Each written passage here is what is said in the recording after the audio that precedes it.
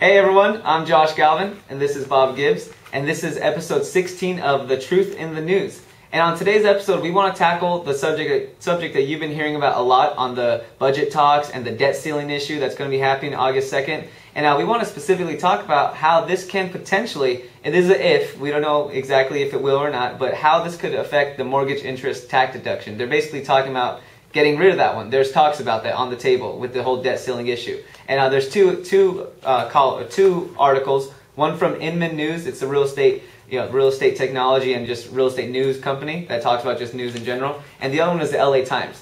And both of them are basically talking about the same issue about the mortgage tax deduction being wiped out. So I'm going to take it to Bob to basically explain it much better on what you should really be caring about and thinking about, and or actually even if you should be caring or thinking about this. You know, so what should they? What's this have to do with everybody? What they got to think about this? Yeah, well, let me preface it by saying this is something that's been kind of a topic of discussion in Congress for like probably 20 years. Mm-hmm. Every time there's budget talks, this mortgage interest tax deduction gets thrown on the table, and for political reasons, as you may imagine, it usually gets pulled out. I think it's used more as a leverage tool during the negotiations. However, with this current round of budget talks, it's become very polarized. As if you're paying attention to this, which I would encourage you to, and so people are really digging their feet in on some of these things. So what I wanted to kind of make a point of today is that if you kind of take a step back and keep a cool head about this, just take a look at what it actually means to you if you're a homeowner. How much does it actually affect your monthly income? Mm-hmm. For some people, it's mandatory. I mean, they had a reduction in income and they're barely making their mortgage payments, and this is actually keeping them afloat, and it would be a huge issue. But for most Americans, it's not that big of a deal.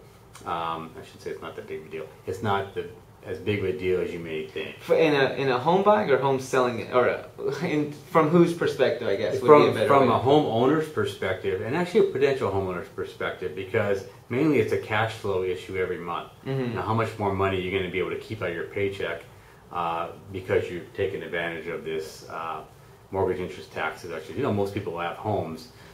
They just claim more deductions on their income taxes, and because of this, and it's just more money in their pocket. Which is one of the reasons I actually have a lot of faith that this probably won't end up passing. I mean, the effect on the total federal government is relatively small, you know, compared to the bigger things involved. Compared to the several $1 trillion debt issue we have, this is really nothing. But it's such a political hot potato. I would be very surprised if it hung in there. Yeah. But if it does. My point is that it's not the end of the world. It's a change in the way you have to do your finances, and it can, I mean, if people tend to panic on things, it can have a very negative effect on the home market.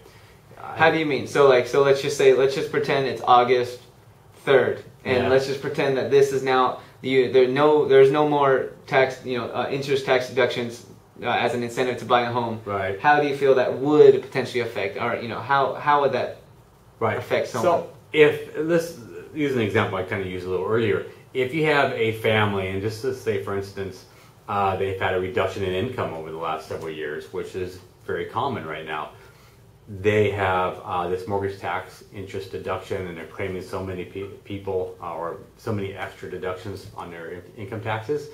And it gives them more cash every month so they can make their mortgage payments and pay for food and all their other things. And now if they're that close and this goes away, then they can't claim the number of deductions they used to claim, which means they have less disposable income. Yeah, exactly. And that would be a big deal for some people. There are others who do have a cushion in there, and they are still looking at having whatever equity they have in their home, and it would be less of an impact. Yeah, I see. Okay, so then the ones so realistically, let's say if someone didn't have the time to keep up with this news, or they just heard about it from a friend, or maybe read a headline, what should they really take away from this, the kind of headlines that read, what's at stake in budget talks, mortgage interest tax deduction? What's the takeaway they should get from that? Right, the takeaway is to not panic.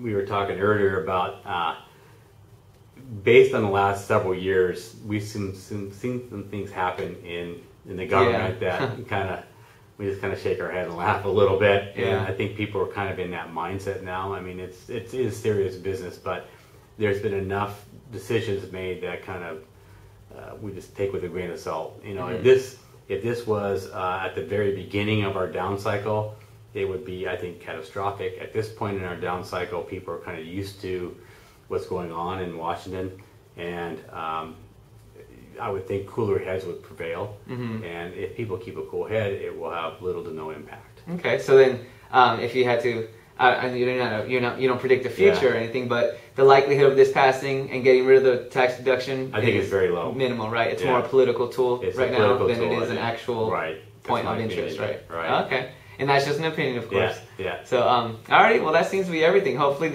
you're now informed on the interest tax deduction, how this could affect anybody, or just what you got to think about with it. Right. So, but stay informed. I mean, it's good for the public to keep themselves informed of what's going on. We have total faith in the American people and their ability to rebound, and how robust our country is, and our economy in general. As long as people keep their hands off of it, we tend to come back pretty strong. And I have every full faith that that's going to happen here. Yeah. Cool. So, Alrighty. Great. Well, good luck. Take care. We'll see you guys on the next episode. Bye.